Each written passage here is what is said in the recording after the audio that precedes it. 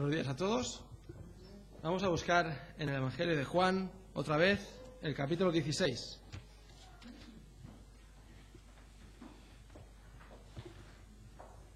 Evangelio de Juan, capítulo 16.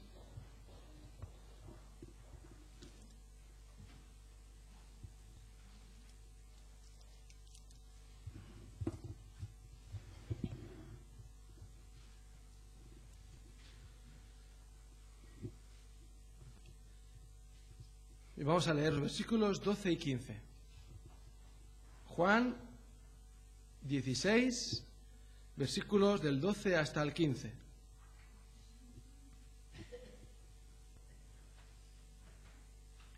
Dice la palabra del Señor: aún tengo muchas cosas que deciros, pero ahora no las podéis sobrellevar.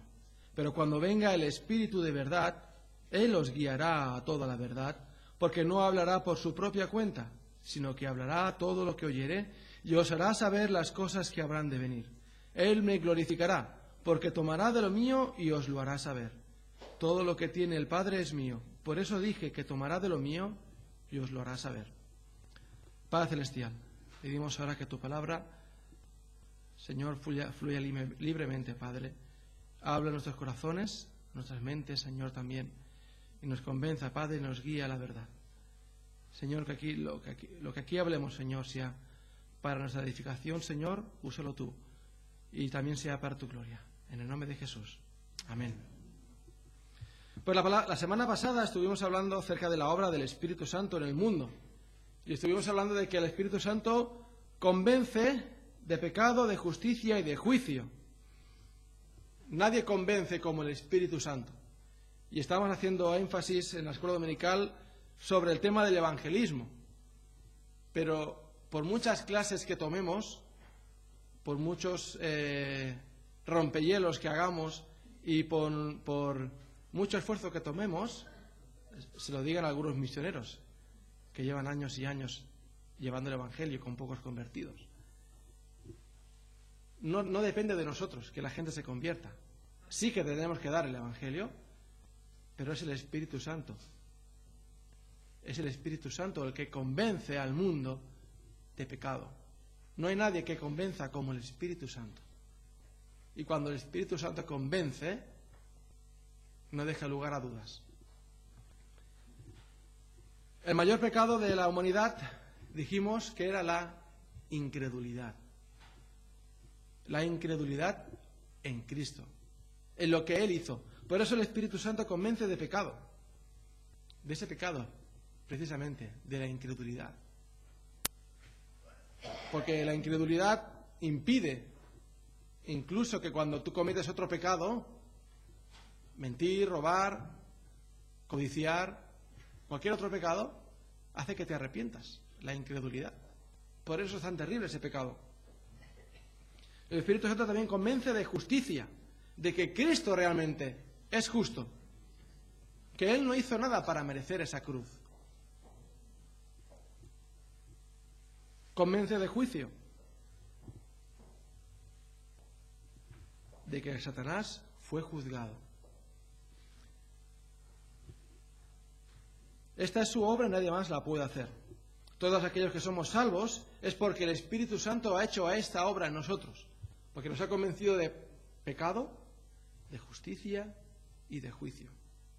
De pecado, de justicia y de juicio. De que somos pecadores, de que no creíamos en Dios, de que Jesús era el único justo, es el único justo, y que resucitó de los muertos después de morir y subió a la diestra del Padre, donde está ahora sentado, y nos mandó al Espíritu Santo, de justicia y de juicio, de que el príncipe de este mundo ha sido ya juzgado. Pero pensando un poco en lo que hablamos la semana pasada, me quedé con la sensación de que había hecho demasiado énfasis, o quizás no había hecho el énfasis adecuado, de que las palabras de Cristo no habían surtido el efecto que quizás podrían haber hecho o deberían haber hecho. No sé si alguno entendió eso, pero mencionando acerca del poco resultado de las palabras de Cristo. Hicimos un poco de énfasis la semana pasada, ¿no? Hablando de que solamente 11 discípulos quedaron, incluso esa noche todos abandonaron a Cristo. Incluso esa misma noche sus discípulos lo abandonaron. Bueno, pudiera parecer que estaba diciendo que el Señor no tenía poder para convencer a la gente,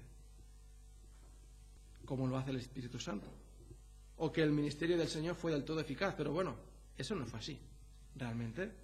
No es difícil pensar en personas que cambiaron para siempre sus vidas porque tuvieron un encuentro íntimo con el Señor. Y nos viene a la mente la vida de Zaqueo. Ese hombre publicano que recaudaba impuestos para el gobierno y aparte para él mismo. Y que el Señor Jesús, camino de Jericó, o ahora no recuerdo si volviendo de Jericó a Jerusalén, pasando por allí, ese hombre, como era bajito, se subió a un árbol y le llamó. Bueno, Jesús le llamó a él. Zaqueo tenía curiosidad por verle. Y Jesús le llamó a él. Y le dijo, esta noche moraré yo en tu casa. Y Zaqueo se convirtió de tal forma que devolvió, que dio su dinero, la mitad de sus riquezas a los pobres. Y todo lo que había defraudado a la gente lo devolvió cuadruplicado. Sí que tenía dinero, pero su bolsillo se convirtió también. Su vida cambió porque tuvo un encuentro con Jesús. Y no es que el ministerio de Cristo no tuviera éxito,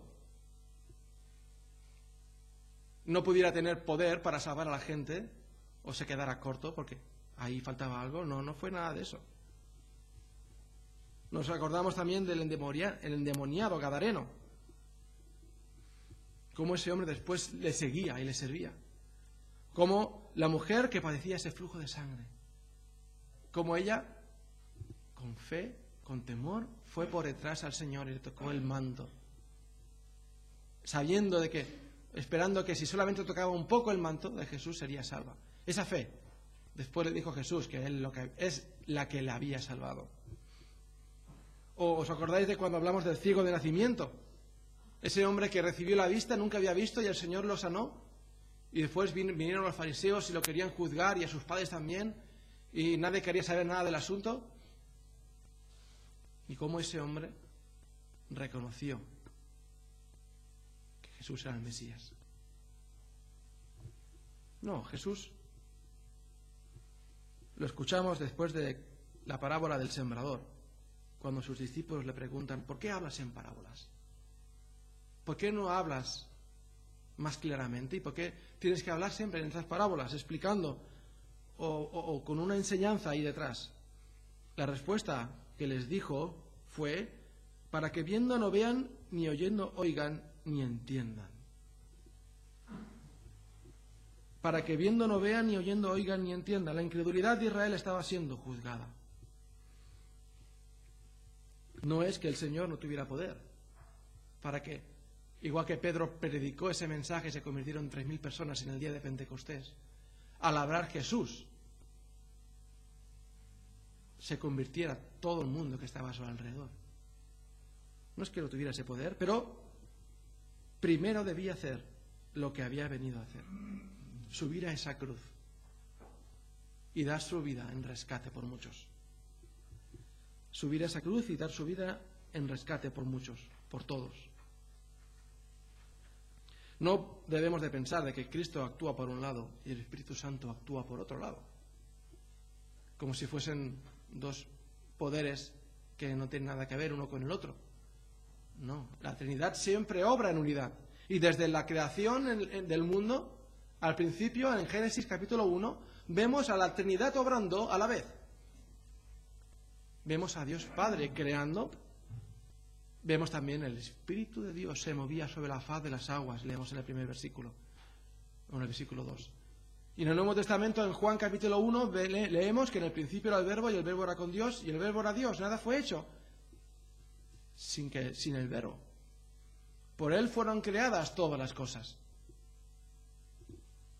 No van cada uno por un lado, sino que actúan siempre juntos. Es una unidad. Es una unidad. Todos aquellos que creyeron en Cristo, a través de su ministerio, mientras su ministerio duró en la tierra, esos 3 años que el Señor Jesucristo estuvo predicando y anunciando el Evangelio, todos aquellos que creyeron en Él, y le siguieron y confesaron que era el Cristo, el Mesías, lo hicieron porque el Espíritu Santo había hecho su obra en ellos. Aunque podríamos decir, y lo miraremos esta mañana un poco, que la obra del Espíritu Santo es algo diferente en el Antiguo Testamento que en el Nuevo Testamento. Eso sí que es cierto. En el Antiguo Testamento es un poco diferente que la obra del Espíritu Santo que en el Nuevo, pero veremos que muy poco. Y como dijimos, o como se evidencia en Pentecostés, que allí hay un cambio en el papel del Espíritu Santo, tal como el Señor Jesucristo había ya anunciado. Ahora, ¿cuál ha sido el papel del Espíritu Santo en el hombre? ¿Cuál ha sido su papel a lo largo de toda la historia? Podríamos decir cuatro puntos. Primero de ellos es regenerar. Segundo es residir. El tercero, restringir. Y el cuarto, capacitar. Regenerar, residir, restringir y capacitar. La única diferencia entre el tiempo de antes de Pentecostés y después de Pentecostés es que el Espíritu Santo no permanecía en la persona permanentemente, sino que descendía durante un tiempo X y después aparentemente pues salía de la persona. Pero bueno, vamos a ver el primer punto, el primer área de trabajo del Espíritu Santo está en el proceso de regeneración. El proceso de regeneración. Generar o regenerar es una palabra compuesta, pero generar quiere decir producir, generar, causar algo. ¿Qué hace un generador de corriente? Crea corriente, ¿verdad? Regenerar es un significado un poco diferente. Dice dar nuevo ser a algo que degeneró. A algo que degeneró. Necesita algo nuevo. Volver a generarse. Por lo tanto, usamos el prefijo regenerarse. Otra vez. Hacer que alguien abandone una conducta o unos hábitos reprobables para llevar una vida moral y físicamente ordenada. Regenerar. Rehacer. De nuevo, ¿por qué? Porque está mal. Porque ha degenerado. Se ha estropeado. Ya no sirve para lo que fue creado. Necesita ser regenerado, rehecho otra vez. No quiere decir mejorado. Yo me puedo comprar un coche y lo llevo al taller y le cambio las ruedas, le pongo otras llantas, pinto los cristales de negro, le cambio el color quizás, o le subo la suspensión o se la bajo. Estoy rehaciéndolo un poco. Pero en el coche ese no necesitaba nada de eso. Ahora, yo me compré un coche de hace 80 años, que está en el desguace quizás, todo oxidado, incluso sin motor, no sirve para nada. Tengo que rehacerlo de nuevo, otra vez. Tengo que coger un motor nuevo, ponerle ruedas nuevas, cambiarle el volante, cambiarle la suspensión, cambiarle todo. Tengo que rehacerlo porque no sirve ya para nada ese coche. No sirve para nada. Esa es la primera labor que hace el Espíritu Santo en una persona. Regenerarla. Darle un nuevo ser. Otra palabra que se usa es renacer. Eso quizá nos suena más. Es una palabra más neotestamentaria. Renacer. Dirás, ¿eso lo hacía el Espíritu Santo en el Antiguo Testamento? ¿Los hombres también se convertían? Bueno, ¿os acordáis cuando el Señor estaba hablando con Nicodemo en capítulo 3 de Juan? El Señor le dijo, os es necesario nacer de nuevo, te es necesario nacer de nuevo. Y Nicodemo dijo, ¿qué? ¿Eso qué es? ¿Puedo entrar acaso yo ahora siendo viejo en el vientre de mi madre y volver a nacer? Estaba sorprendido Nicodemo, no entendía el significado y parece como que en el Antiguo Testamento esa palabra no se entendía. ¿Pero qué le dijo el Señor? ¿Eres tú maestro de Israel y no sabes esto? Deberías saberlo. debería haber sabido que el hombre necesita renacer, que el hombre necesita regenerarse. El hombre no puede permanecer delante de Dios en su actual situación. Ninguno, nunca ha sido así, ni en el Antiguo Testamento ni en el Nuevo Testamento, y el Espíritu Santo hacía esa obra en el hombre. Regenerarlos, regenerar al hombre. Dice el Señor, el que no nace de nuevo no puede ver el reino de Dios. Entonces, todos esos hombres del Antiguo Testamento que no conocían Juan 3:16, ¿qué pasó con ellos?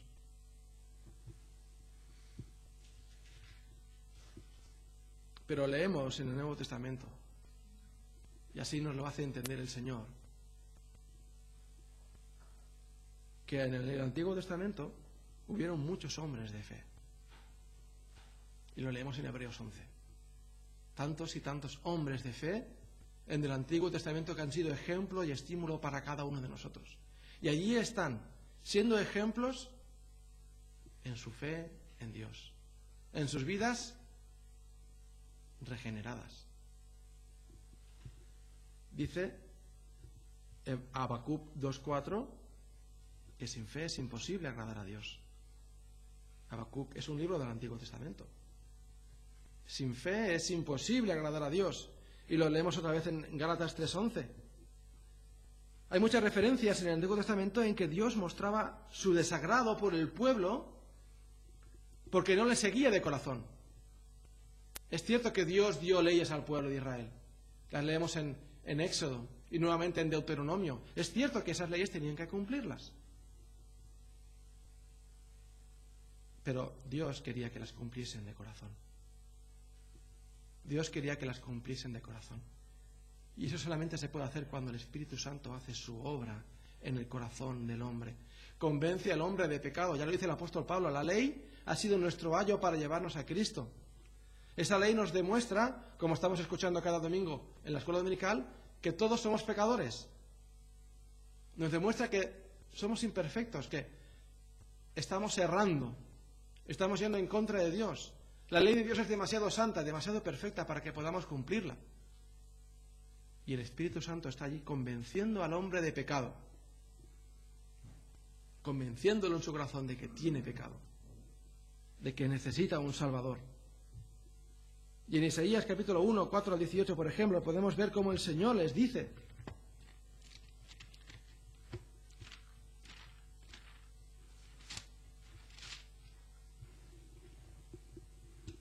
(1:4), por ejemplo: oh gente pecadora, pueblo cargado de maldad, generación de malignos, hijos depravados, dejaron a Jehová, provocaron a ira al Santo de Israel.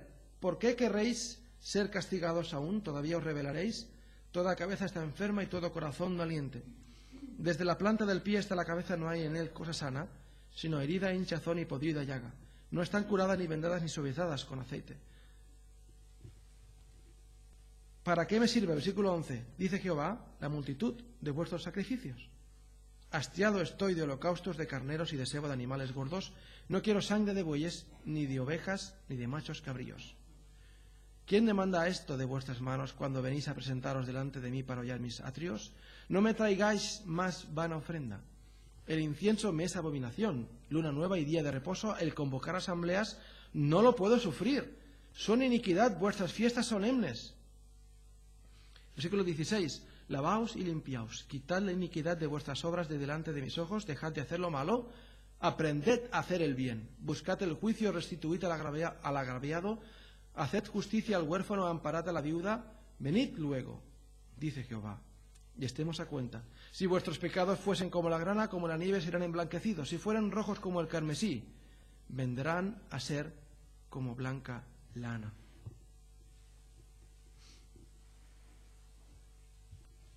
Nosotros, como creyentes en el siglo XXI,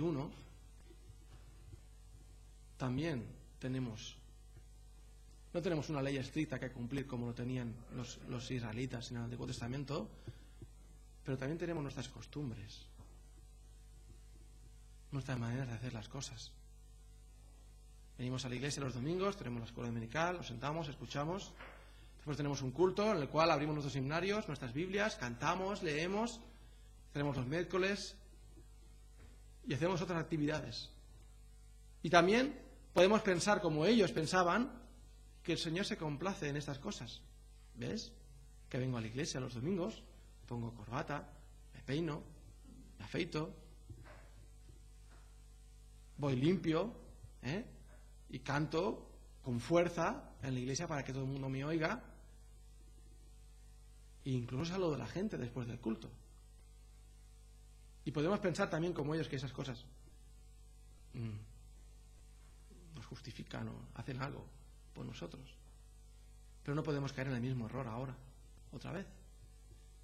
Porque el Señor les está diciendo, sí, veo que cumplís los sacrificios, los holocaustos, todas esas cosas que hacéis, pero no lo estáis haciendo de corazón. ¿De qué sirve todo eso? Lo estaban haciendo como si lo estuvieran haciendo a otro dios, al Baal, a Astoret, a Asera, a cualquier otro de los dioses que habían en la tierra allí. Pues ahora toca adorar a este dios que llamamos Jehová, pues a este dios. Ahora toca adorar al otro dios porque este rey ahora no quiere adorar a este dios, pues vamos a adorar a otro dios. ¿Y el corazón? ¿Y el arrepentimiento? ¿Y la obra del Espíritu Santo en nuestras vidas? ¿Dónde queda? ¿Dónde está quedando? En Deuteronomio, el capítulo 6, versículo 5.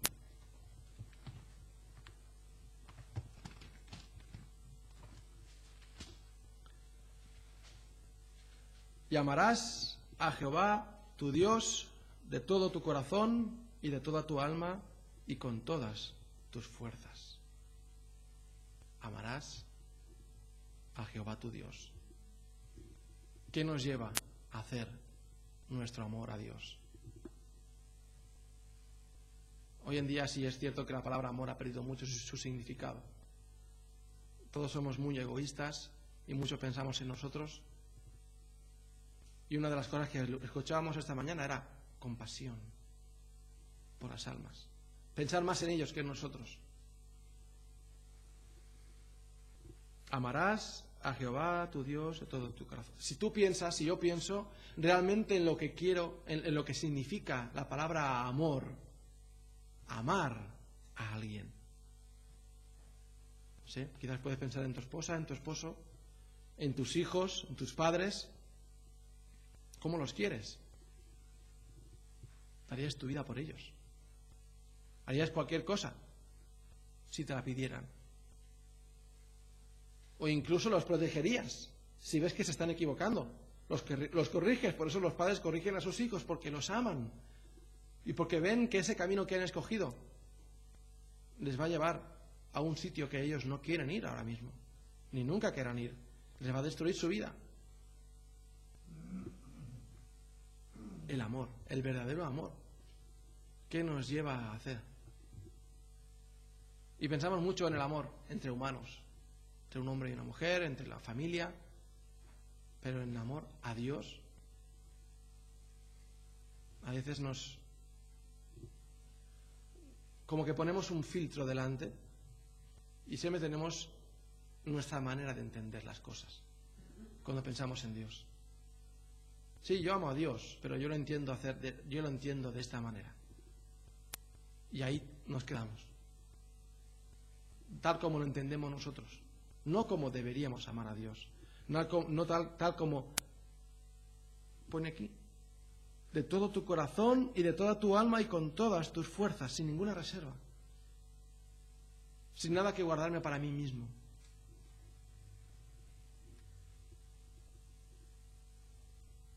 El fruto de la regeneración es la fe. El fruto de la regeneración es la fe. Efesios 2:8.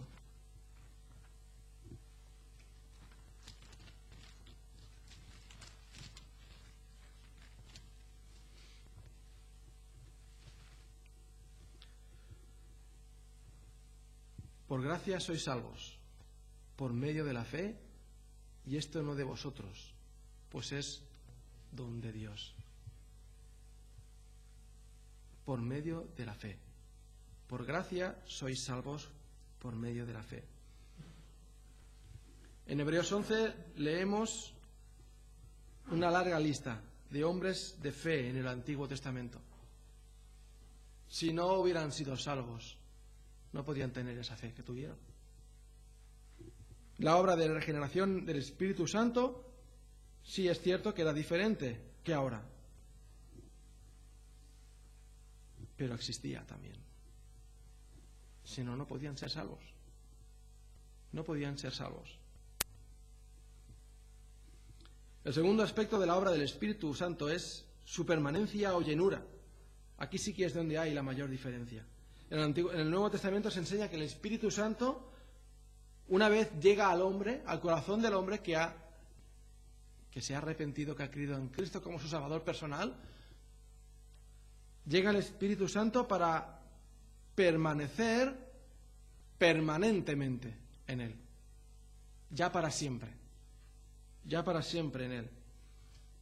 Primera de Corintios 3, 16, 17.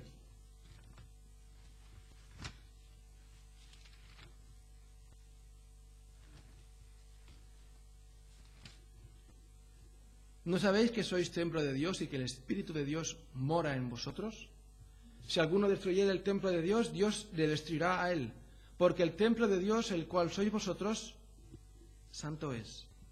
Y en el capítulo 6, versículos 19 y 20, leemos: ¿O ignoráis que vuestro cuerpo es templo del Espíritu Santo, el cual está en vosotros, el cual tenéis de Dios y que no sois vuestros? Porque habéis sido comprados por precio, glorificad pues a Dios en vuestro cuerpo y en vuestro espíritu, los cuales son de Dios. Pablo dice en Efesios capítulo 1, versículos 13 y 14, que el Espíritu Santo es las arras de nuestra herencia, es la garantía que tenemos. Hemos recibido un sello, como un documento que está sellado, y ahí quedó el sello para siempre. Así tenemos nosotros permanentemente el Espíritu Santo en nuestras vidas. Eso es a partir de Pentecostés. Pero en el Antiguo Testamento, el Espíritu Santo descendía a un hombre específico y permanecía un tiempo con él. Y después, pues, aparentemente salía dependiendo del tiempo que estuviera en él. A veces era más largo, a veces era más corto. Pero podemos leer, por ejemplo, en Josué, Números 27 y 18, cómo el Espíritu Santo descendió sobre él. Números 27.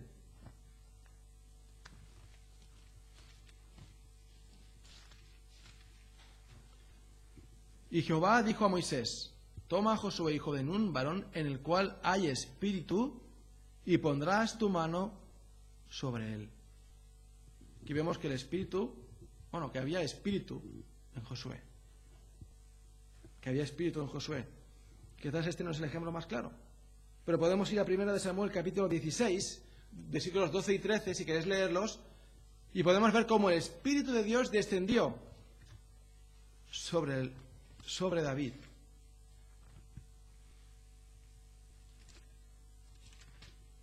Primera de Samuel 16, 12 y 13. Envió pues por él y le hizo entrar, y era rubio, hermoso de ojos y de buen parecer. Entonces Jehová dijo: levántate y úngelo, porque éste es. Y Samuel tomó el cuerno del aceite y lo ungió en medio de sus hermanos, y desde aquel día en adelante el Espíritu de Jehová vino sobre David. Se levantó luego Samuel y volvió a Ramá. Incluso Saúl, unos capítulos antes, capítulo 10, versículo 10, vemos como Saúl, él ya había sido ungido, ya era rey sobre Israel. Y en el versículo 10 leemos: y cuando llegaron allá al collado, he aquí la compañía de los profetas que venían a encontrarse con él. Y el Espíritu de Dios vino sobre él con poder, y profetizó entre ellos. Vino y también después se fue. Y también Saúl estaba ahí profetizando entre ellos. También en el libro de los jueces vemos sobre varios de ellos cómo el Espíritu Santo desciende sobre ellos, en sus vidas. Y entonces ellos se erigen como jueces y pueden librar a Israel. El Espíritu Santo venía para hacer tareas específicas y después marchaba. También el Espíritu Santo era una señal del favor de Dios sobre una persona, por ejemplo David, que tenía el Espíritu de Dios en su vida. Tenía una señal que tenía el favor de Dios. Por el contrario, Saúl era el ejemplo opuesto en ese mismo momento, porque el Espíritu de Dios se apartó de Saúl, porque desobedeció a Dios.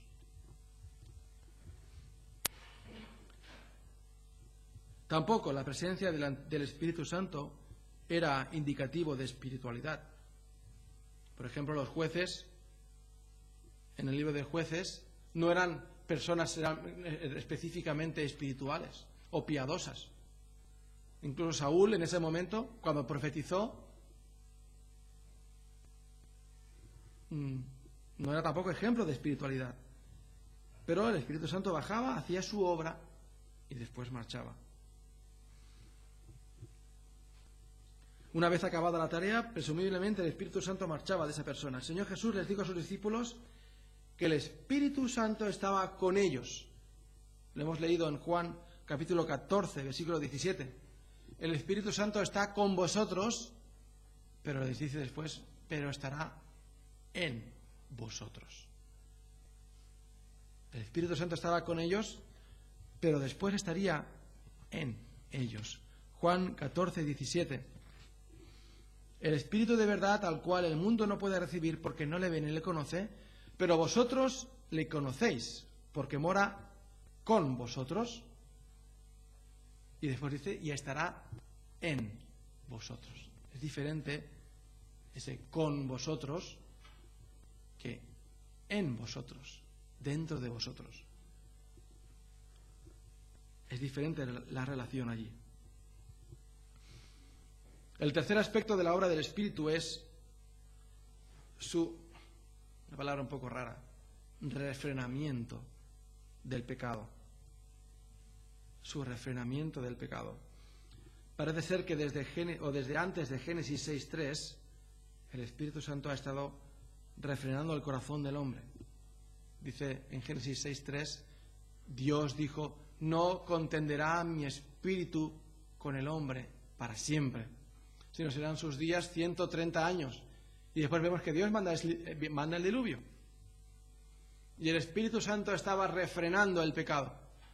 Está refrenando el pecado. Y en 2 de Tesalonicenses 2, 3 al 8, vemos una obra especial que hace el Espíritu Santo. Que hay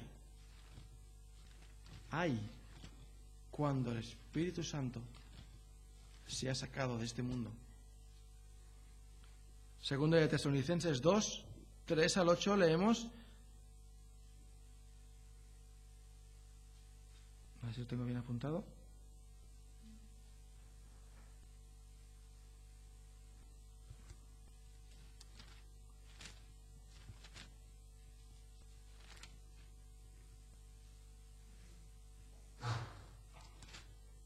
No tengo bien apuntado.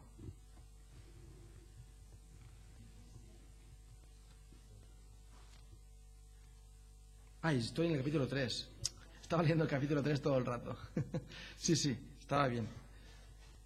Nadie se engaña de ninguna manera, porque no vendrá sin que antes venga la apostasía y se manifieste el hombre de pecado, el hijo de perdición, el cual se opone y se levanta contra todo lo que se llama Dios o es objeto de culto, tanto que se sienta en el templo de Dios como Dios, haciéndose pasar por Dios. ¿No os acordáis que cuando yo estaba todavía con vosotros os decía esto? Y ahora vosotros sabéis lo que lo detiene, a fin de que a su debido tiempo se manifieste, porque ya está en acción el misterio de la iniquidad, solo que hay quien al presente lo detiene, hasta que él a su vez se ha quitado de en medio. Y entonces se manifestará aquel inicuo, quien el Señor matará con el espíritu de su boca y destruirá con el resplandor de su venida.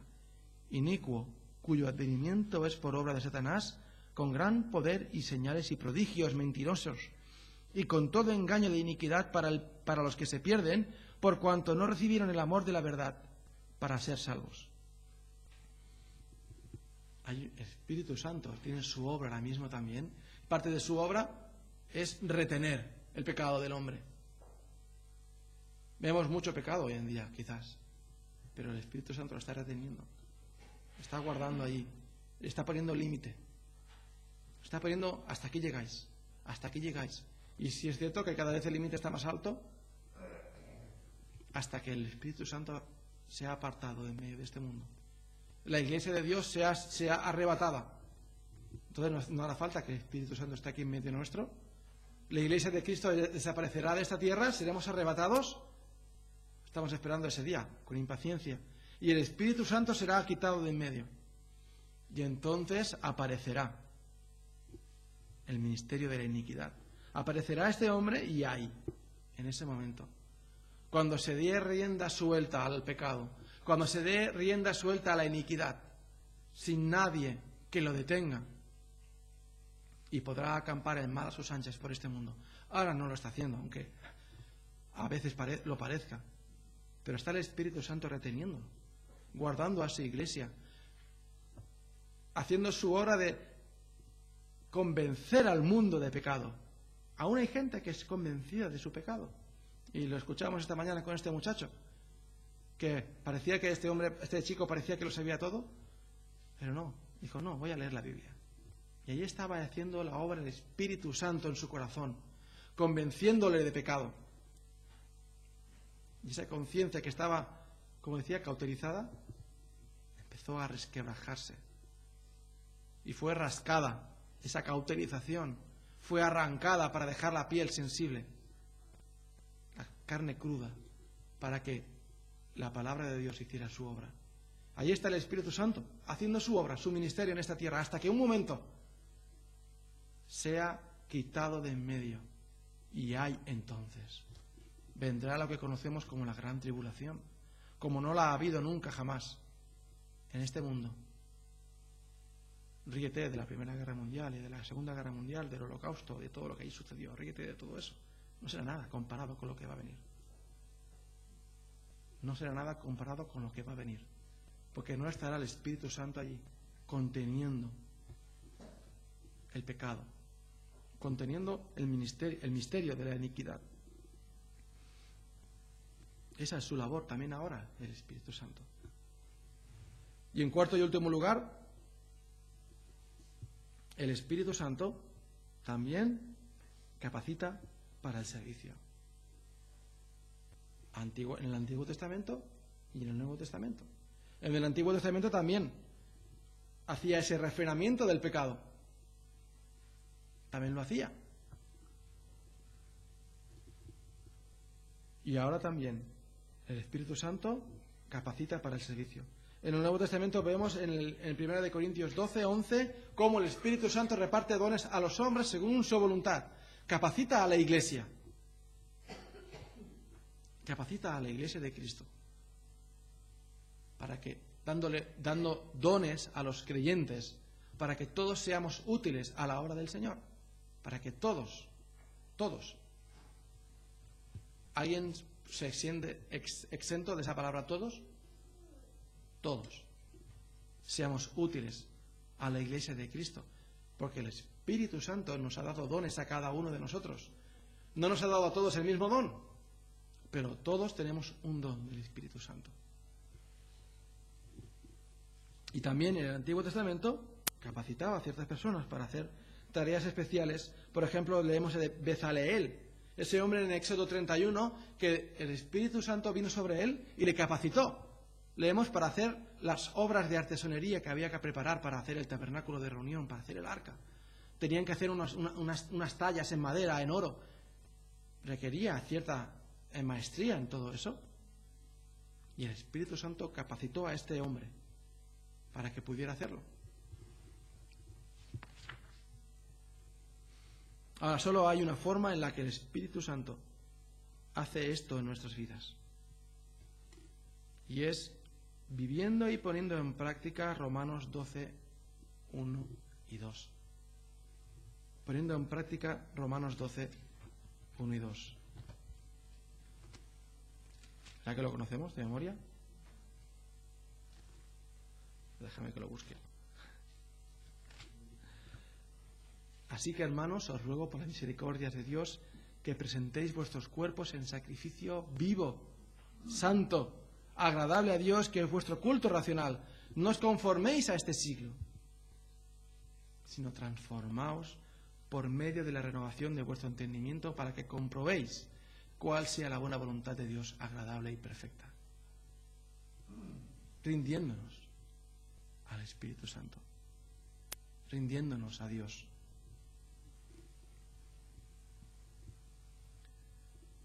Si estamos llenos de lo que no es de Dios, si estamos llenos de lo que no es de Dios, fíjate, como creyentes, todavía podemos estar llenos de lo que no es de Dios. Si estamos llenos de lo que no es de Dios, el Espíritu Santo no podrá hacer su obra en nosotros. Pero, si estamos llenos de lo que es de Dios, de su palabra, entonces el Espíritu Santo podrá hacer su obra y nos podrá guiar a toda verdad, como hemos leído en Juan 16. El Espíritu convence al mundo de pecado, de justicia y de juicio. Pero una vez lo ha convencido, no lo convence para que el mundo viva amargado, viva oprimido por esa carga que tiene de pecado, porque se siente injusto, porque se siente culpable. Lo guía a Cristo, para que en ese sentimiento de pecado, en ese sentimiento de injusticia, en ese sentimiento de culpabilidad, busque a Cristo. Y Cristo se manifiesta a aquel que acude a Él en ese espíritu. Pero después, la obra del Espíritu Santo sigue en el hombre. Y entonces lo guía a toda verdad. Lo guía a toda verdad. Tenía una pregunta.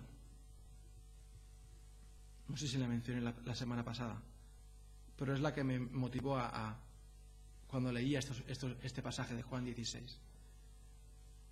¿Qué produce las palabras de Cristo en ti? ¿Qué producen las palabras de Cristo en mí? Y este chico, el Ray, ¿verdad? Se llamaba, decía, en un momento dijo, sí, porque hay algunos que les interesa y escriben cosas de Cristo, pero no todo lo que hizo Cristo está aquí. Algo sí dijo, ¿no? Como que hay muchas cosas que de Cristo hizo y no están aquí puestas en la Biblia. Como si esto fuese mentira o tuviésemos parte de la verdad solamente. Y también mencionábamos la semana pasada de tantos y tantos libros que se han escrito acerca de Cristo, acerca de Jesús, el verdadero evangelio de Jesús, o cómo era Cristo, como si alguien más supiera algo que no está aquí en la Biblia. ¿De dónde han sacado esa información? Ahora, podemos conocer a Cristo de una forma literaria, o de una forma artística, de una forma culta, como si leyésemos un libro que ha escrito cualquier otra persona, que puede servirnos para algo en nuestro intelecto. Podemos conocer a Cristo intelectualmente. Y ciertamente las palabras de Cristo son preciosas leerlas. Tiene mucha enseñanza. Y si todas las personas del mundo pusiesen en práctica esas palabras, el mundo cambiaría, ciertamente. Ciertamente el mundo cambiaría. Pero no debemos de permitir solamente conocer a Cristo intelectualmente. Que nos hace eso. Intelectualmente no nos produce nada. No nos produce nada. Debemos de dejar que el Espíritu Santo coja las palabras de Cristo y las grabe en nuestro corazón. Allí es cuando realmente hay una diferencia. Allí es cuando realmente las palabras de Cristo surten su efecto en nosotros, como deben hacerse. No intelectualmente. Hoy en día está muy valorado el intelecto. Tantas y tantas universidades que hay, tantos pensadores y filósofos que hay, y dicen palabras bonitas, y son necesarias las palabras. Y más en estos tiempos de crisis, palabras que lleven consuelo, palabras que lleven esperanza, palabras que lleven luz, para salir de una situación crítica, una situación desesperada. Por eso hay tantos psicólogos, porque el hombre necesita luz en su corazón. Y usan palabras bonitas. palabras elaboradas. Y siempre ves en el Facebook así frases hechas estas muy, muy bonitas y que tienen la intención de hablar al corazón. Y no dichas por creyentes precisamente. Pero las palabras de Cristo, con el poder del Espíritu Santo en tu corazón, en el corazón, convencen al hombre y lo transforman, lo regeneran. No le ponen una chapa nueva alrededor, un vestido más bonito, no. No se puede poner un remiendo nuevo a un traje viejo. No se puede arreglar de esta forma. Lo tiene que rehacer de nuevo. Y esa es la obra que hace el Espíritu Santo en nuestro corazón. Nos rehace de nuevo. Olvídate del coche viejo. Es un clásico. Era un clásico ese coche. Olvídate de eso. No sirve más para nada. Hay que rehacerlo de nuevo. Esas piezas no sirven, están oxidadas. Y no se puede usar más. Hay que rehacerlo. Hay que rehacerlo. Si las palabras de Cristo solamente producen intelecto en tu corazón, de nada te sirve. De poco te sirve. Y sigues en la misma situación. Sigues en la misma situación. Deja que el Espíritu Santo haga su obra Dejemos que el Espíritu Santo haga su obra en nuestro corazón. Si no has entendido el mensaje del Evangelio, escucha al Espíritu Santo cómo pone peso en tu corazón de pecado. Cómo pone peso en tu corazón de justicia, de que Cristo era el único justo y de que Satanás ha sido juzgado ya. La muerte ha sido juzgada. De que lo único que puedes hacer es rendirte a Cristo. Cuando un ejército se rinde a otro, no hay condiciones. Me he rendido. Te pertenezco. Eso es rendirse. Eso es rendirse. Ahora tú eres mi dueño. Dependo de tu misericordia. Dependo de tu gracia. Dependo de tu bondad. No, te has rendido. No puedes decir, no, esta parte del reino, del país, no puedes tocarla, ¿eh? No, te has rendido. Ya está, se acabó. Todo pertenece ahora al otro ejército. Todo pertenece. Ese es el espíritu con el que debemos entregarnos a Cristo. Todo pertenece a Él. Todo. Cualquier área en tu corazón, en mi corazón. Todo pertenece a Él. Que las palabras de Cristo hagan su obra en nosotros. No dándonos el intelecto que tanto busca el hombre, sino regenerando nuestro corazón, dándonos un corazón nuevo para el Señor, para Él. Padre Celestial, te damos las gracias, Señor, porque tú haces tu obra en nosotros. Y, Señor, no entendemos cómo la puedes hacer, cómo incluso la quieres hacer, Padre, sabiendo cómo somos. Pero, Señor, por tu gracia y por tu misericordia es que la haces. A ti venimos, Padre, como esta pequeña iglesia local, para pedirte, Señor, que tú hagas tu obra en nosotros. Tú te glorifiques, Padre, en nuestras vidas. Y nos ayudes a ser testigos tuyos, que te honren a ti, Señor.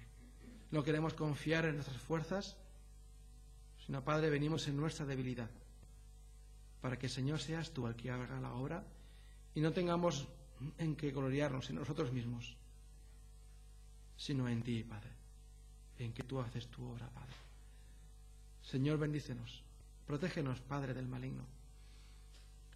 Y, Padre, clamamos también para que vengas pronto a buscarnos y nos halles trabajando en tu obra.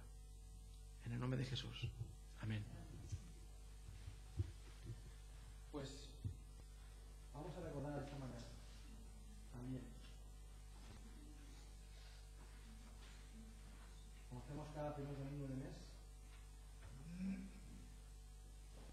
recordamos gozo y con asombro la obra de Cristo en la cruz. No nos vemos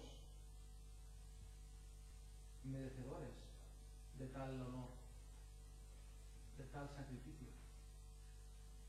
que hizo Cristo por cada uno de nosotros. Y lo hacemos en obediencia. Venimos a la mesa del Señor en obediencia, porque Él nos pidió que lo hiciéramos para que le recordásemos. Él quiere que le recordemos lo que Él hizo por nosotros. Ese nuevo pacto que fue derramado por Cristo en la cruz, que fue hecho por Cristo en la cruz. Su cuerpo sacrificado por nosotros y su sangre derramada también para remisión de nuestros pecados. He aquí el Cordero de Dios que quita el pecado del mundo, predicaba Juan el Bautista. Y ese Cordero fue sacrificado, literalmente, por cada uno de nosotros. Y leemos en 1 Corintios capítulo 11 lo que significa cada uno de estos elementos.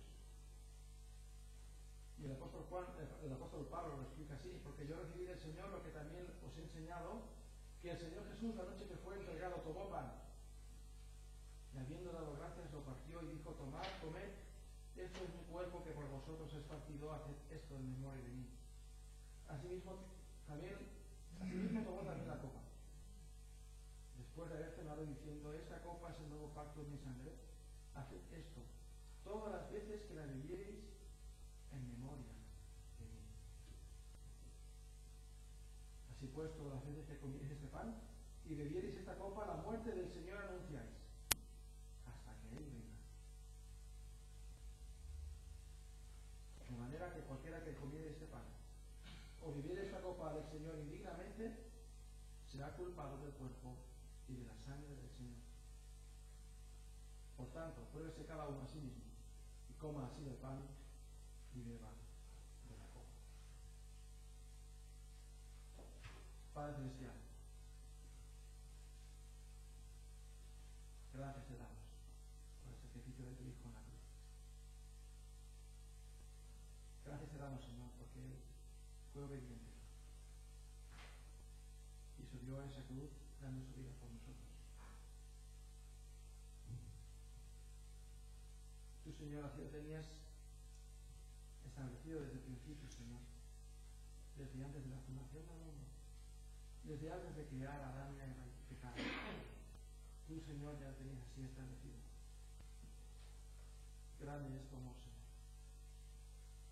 Grande eres tú, Señor. Seas para siempre alabado.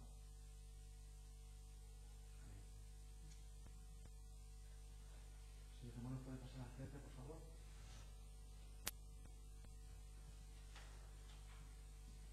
Vamos a tener el momento de oración.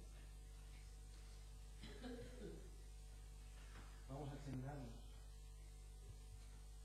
antes de participar.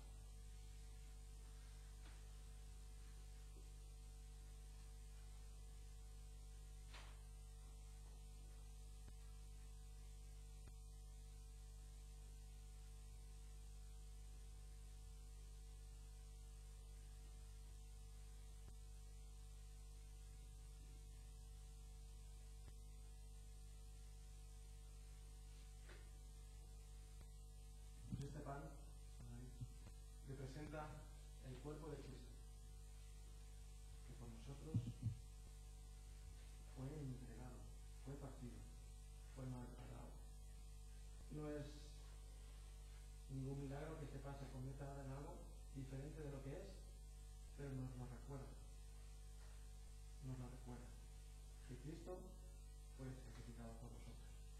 Puede ser por el Padre. Sí, Padre, te damos gracias, Señor, porque nos ha dicho por el sacrificio que hiciste por nosotros, Señor, para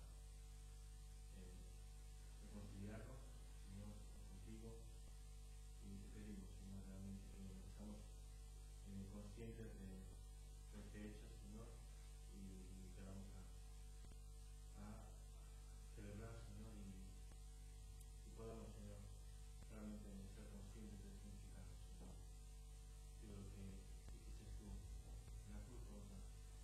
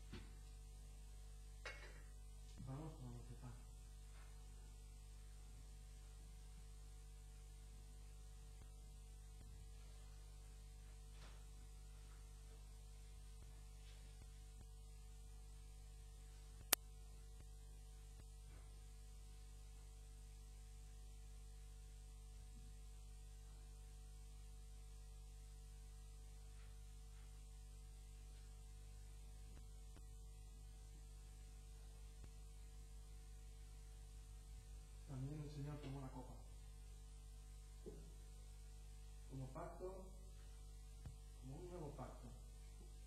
Y esta copa, la sangre de Cristo, habla mejor que la de Abel, porque Cristo era justo. Él era justo. La sangre es perfecta. Su justicia era perfecta. Y fue derramada por cada uno de nosotros. De tal forma que ahora el Señor nos ve a través de la sangre, como perfectos, como santos, santificados. Las gracias por la copa. Sí, Padre Celestial, Señor, te damos las gracias una vez más, Señor, por esta representación que es esta copa, Señor, de tu sangre derramada en la cruz, Señor. Pudiéndote recordar el sacrificio que hiciste por todos nosotros, Señor, en morir en la cruz por nosotros, los pecadores, Señor. Te damos las gracias infinitamente, Señor. Y celebramos este día esto, Señor. En nombre de Cristo Jesús. Amén.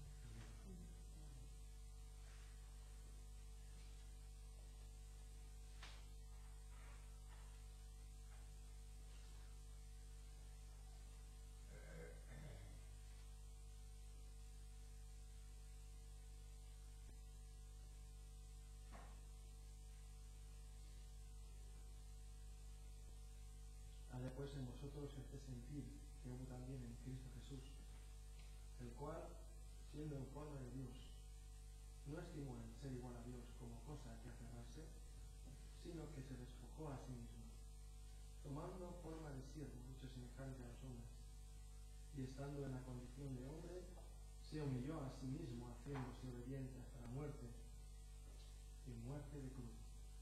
Por lo cual Dios también le exaltó hasta lo sumo y le dio un nombre que es sobre todo nombre, para que en el nombre de Jesús se doble toda rodilla de los que están en los cielos y en la tierra y debajo de la tierra, y toda lengua confiese que Jesucristo es el Señor, para gloria de Dios Padre.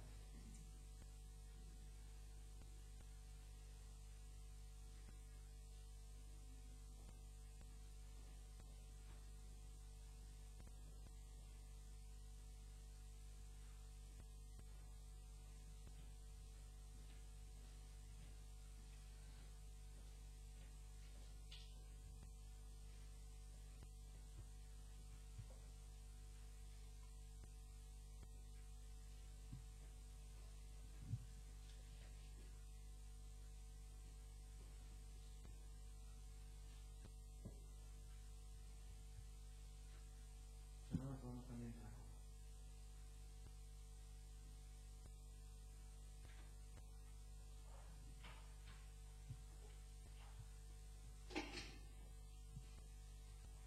Padre Celestial, te damos las gracias, porque podemos recordar esta mañana el sacrificio de tu Hijo en la cruz.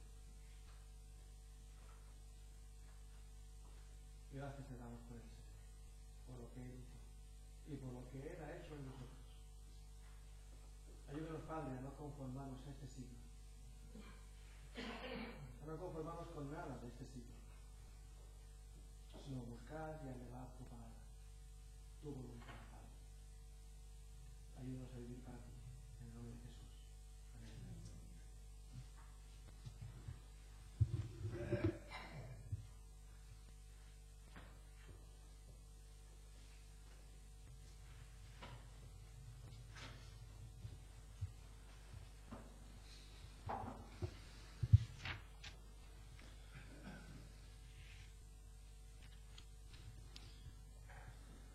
Gracias a Dios por este buen tiempo, el poder participar en la cena y poder dar gloria a Dios también de esta manera. Y para terminar el culto vamos a abrir nuestros seminarios en el número 100 y poder cantar al Señor, alabar su nombre por medio de este himno, el número 100, en el Monte Calvario. Puestos de pie, por favor.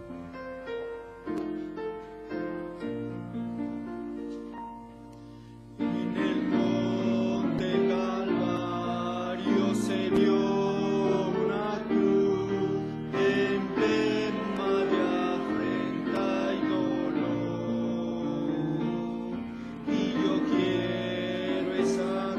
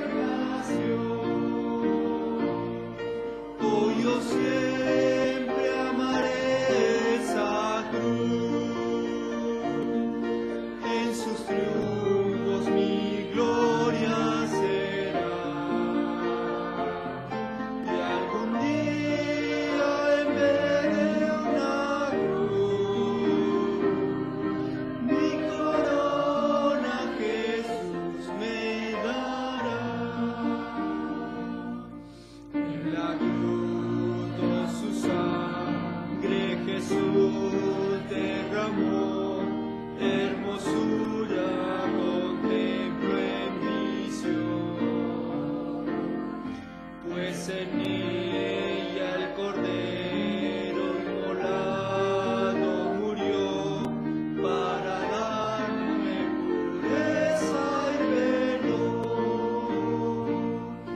Hoy yo siempre amaré esa cruz, en sus triunfos mi gloria será. Y algún día en medio de una cruz, mi corona Jesús me dará. Yo seré siempre fiel a la cruz de Jesús, sus desprecios por él sufriré. Y algún día feliz con los santos en luz, para siempre su gloria tendré. Hoy yo siempre amaré esa cruz, en sus triunfos mi gloria será. Y algún día en medio de una cruz,